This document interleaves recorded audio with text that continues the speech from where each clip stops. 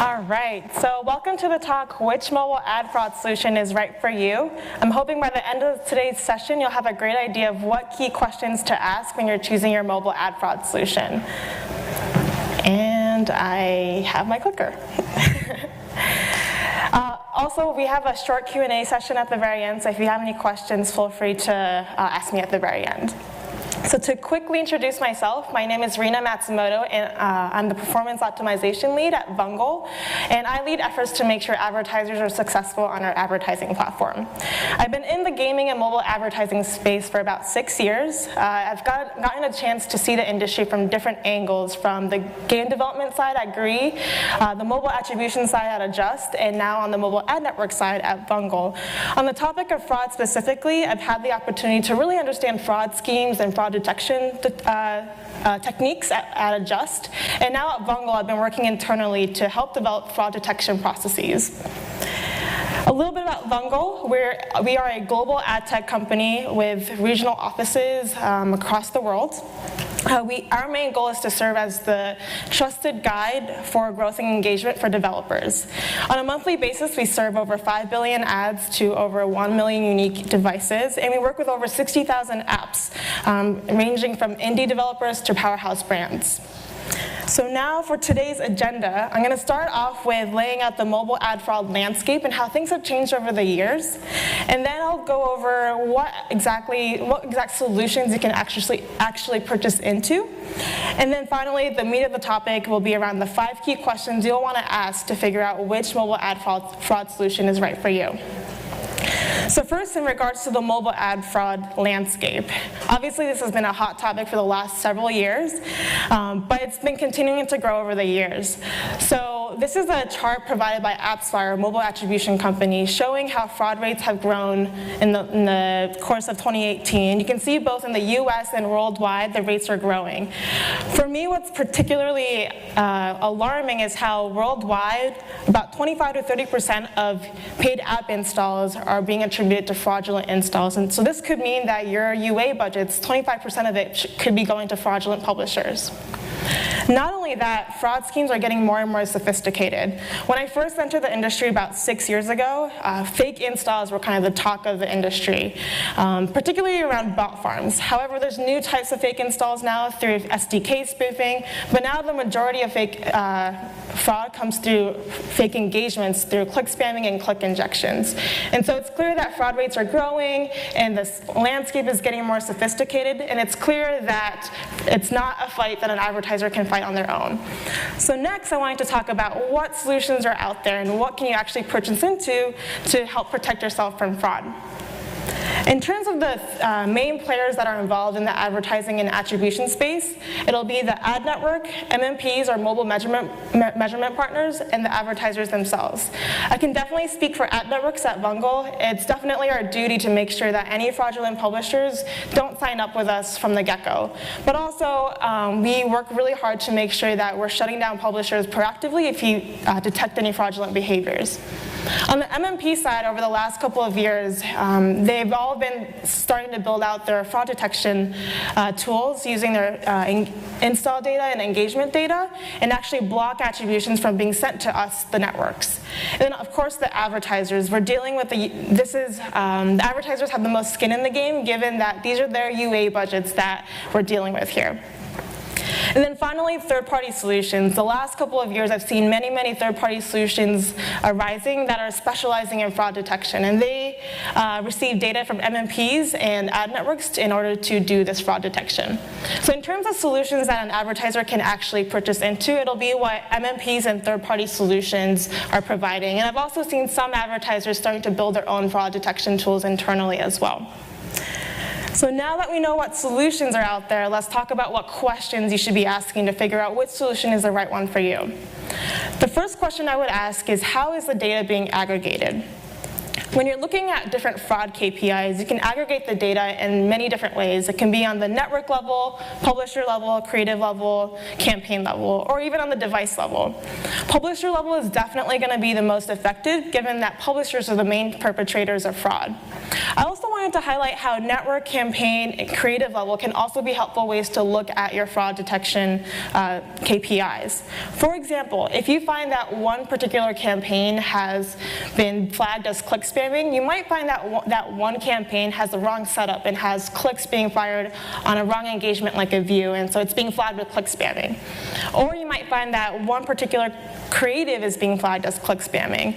That might just be a particular creative that's serving as a clickbait and has a really high CTR and serving a lot of clicks. And so being able to look at the data in different aggregates will help you uncover different types of issues, not just publishers that are committing fraud. I also wanted to show what device-level reports might look like and how they're not always helpful. This is an example of a device-level report that we received from an advertiser showing fraud on the device level that a third-party solution actually provided. And you can see it's a lot of data on the device level. However, I wanted to give an example of how this isn't always helpful. So this particular install on the first row was flagged with click injection because of a short click-to-install time of 4 seconds. It was extremely short. But knowing that this one install is being detected with click injection doesn't tell you a full story of how that publisher is behaving. It doesn't really tell us whether or not we should shut down this publisher. This one install maybe had an extremely fast Wi-Fi connection, or maybe this install had happened previous to the click and had a really fast click to app open time span. So unless we know that the majority of installs coming from this particular publisher is majority within the first 5 seconds, or it's showing a pattern within that publisher, this install report's really difficult to action upon from a network and advertiser perspective. So the main thing to take away here is that you really need to grasp the statistical significance of your data within a larger context. The second question I would ask is whether your fraud solution is preventative or not. There's varying different levels of prevention and detection, and I'll go through each one and how preventative they are. The first one is rejected installs and attributions, and this is when an MMP will actually block the attribution and prevent the postback from being sent to the network.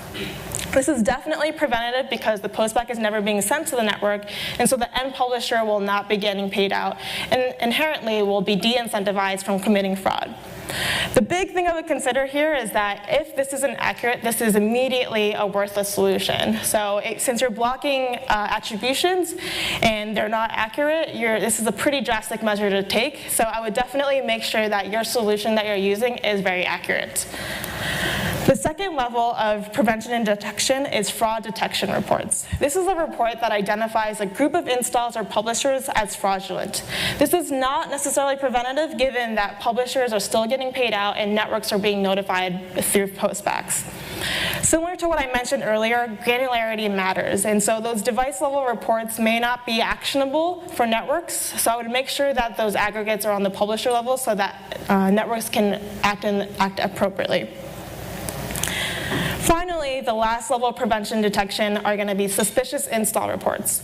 This is when a report highlights a group of installs and publishers as suspicious, but doesn't make a definitive call on whether or not it's fraudulent. Again, this is not preventative given that postbacks are still being sent to networks and the end publishers are still committing fraud. The biggest problem I have with this particular report is that it leaves the responsibility to the advertisers to make the call on whether the installs were fraudulent or not. It almost becomes a matter of opinion on whether it's fraud, and so it can definitely strain the relationship between you as an advertiser and the network. So this is definitely something that I would keep in mind if your fraud solution is using this. Next, the next question I would ask is whether or not your fraud solution uses dynamic or static thresholds.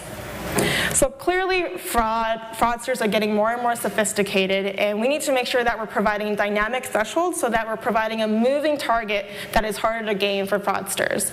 So I'll give a quick example of what a static threshold might look like by using an example of CTR. CTR sometimes is a proxy for click spamming if there's a high click-through rate.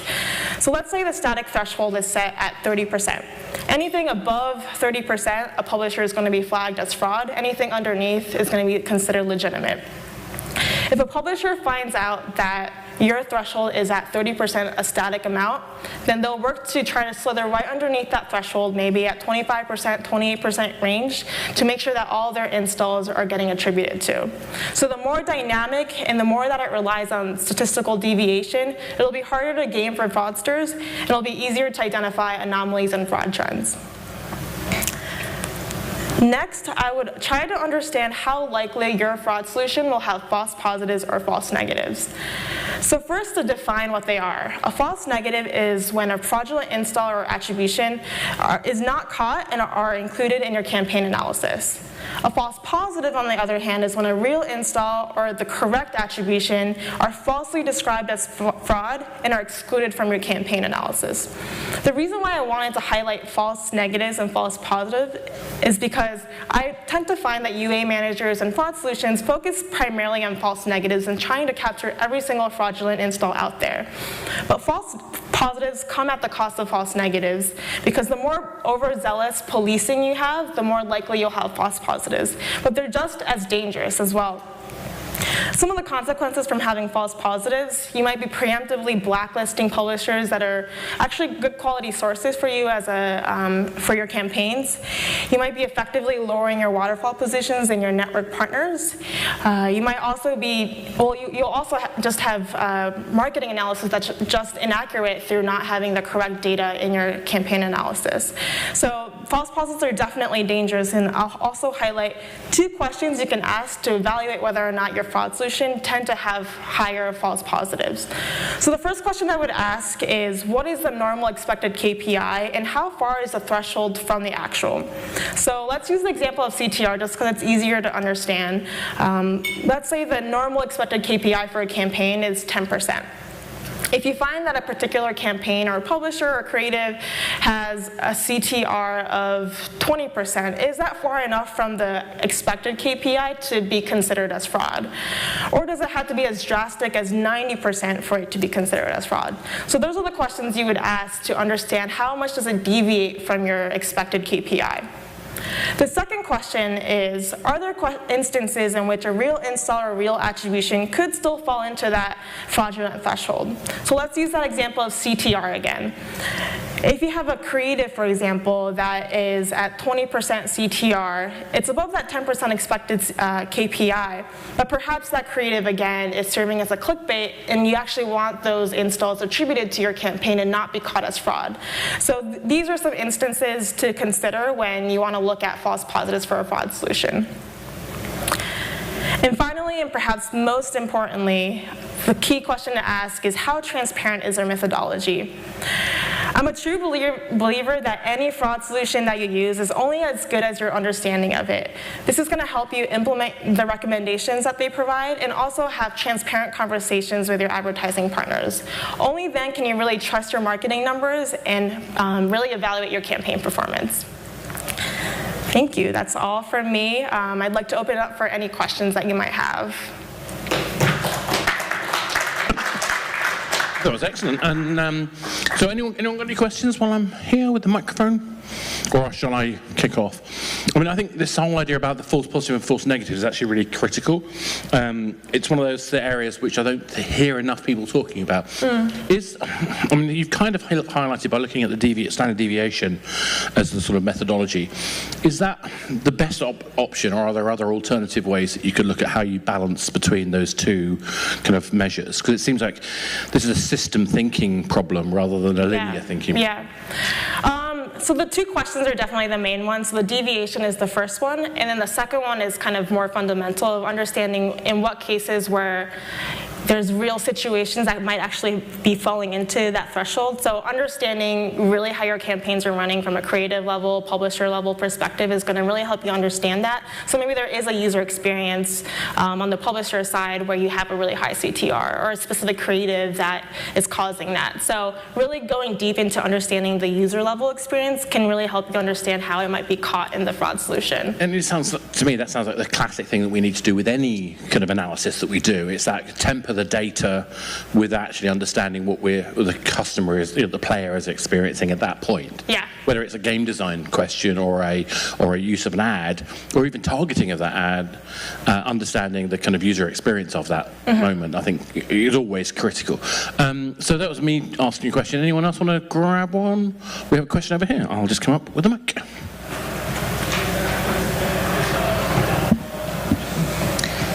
What mobile ad fraud solution would you recommend? Great question. Definitely not here to promote a specific one in particular, but if I knew all the answer to these questions to every solution out there, I'd probably be able to provide an answer to that. But I would definitely recommend everyone to evaluate these questions when considering their fraud solution. Obviously, the big ones are going to come from mobile measurement partners, as you're probably using them for mobile measurement already, and it's a simple add-on from their fraud detection side. And they also block attributions, which I find really helpful from a network side, so that we don't have to deal with refunds and things like that. They'll just block them from the get-go. So. Great. Any more questions? Yeah, I think one thing I will do wonder about is obviously when we're planning our kind of campaign strategy, how much allowance should we put in our budget for handling fraud? I mean, is it something we should be separating out a kind of anti-fraud kind of strategy moment, or is it just about the way we think? Is it a separation of budget, or is it a separation of mindset? That's a really good question. I wouldn't say it's something that you should be allocating fraud within your UA budgets. It's a little counterintuitive in my mind. But I think as you're evaluating your campaign and how effective it is, that's exactly the time to evaluate whether there's fraud, because that might stifle your marketing analysis. So I wouldn't necessarily allocate a certain amount, but definitely as you're evaluating your budgets and your effectiveness of your campaigns, that's when you want to start thinking about. And I'm also thinking about forecasting as well, because it's one of those things that I think is quite challenging because you can know how much you're spending, you know how many players you're getting, you can understand the attribution of them, but if you're not incorporating kind of understanding that there is a risk of fraud, are you able to properly model the forecast for the game, if that makes sense? That's kind of where I was coming from with it. Gotcha. But it's difficult because maybe I'm in a slightly different position, because as a consultant I'm coming in and trying to give advice to people. But I think it's an interesting kind of thing in general, which is, if we're not paying attention to this stuff, we're not going to do well. But actually we can incorporate that in our planning and choosing the right partners and making sure we work closely with them. And I think maybe I'm biased because of my time at Unity Ads when I was the evangelist for them. Transparency is absolutely key, and I think that's why it's worth working with big players like yourselves to make sure that you're getting somebody who's giving you the right information. Yeah, I mean, in terms of forecasting, I think as you try to renew budgets for different partners, that's also a good time to evaluate whether there's fraud coming from these partners. Precisely. So you can maneuver your budgets accordingly. So. Thank you very much. Yeah. Oh, got a quick one because we just ran out of time, but I'll just go for that. So it seems like there's no magic bullet, right, for preventing fraud. So over time, do you see people just constantly rotating strategies and just having to keep up with it? I don't know if there's new technologies that come out that require new strategies, or what are you seeing right now? Yeah, I don't see fraud ever going away, unfortunately. I think as fraud detection tools continue to be developed, fraud will move elsewhere, whether it's to advertisers who don't have fraud detection tools, they're bigger targets, networks that don't shut down publishers quickly enough. It'll just keep being a moving target to wherever it is more susceptible. There's going to be more schemes coming out to game the system as well. So I don't necessarily see this ever going away, unfortunately, but it's important to be on top of it so that you can be at the forefront instead of being kind of susceptible and being a target for those publishers. I'm always amazed how much effort people go to for things like fraud, because it's often more effort than it would have been to actually just make a game. Yeah. Thank you very much. All right. Thank you, everyone.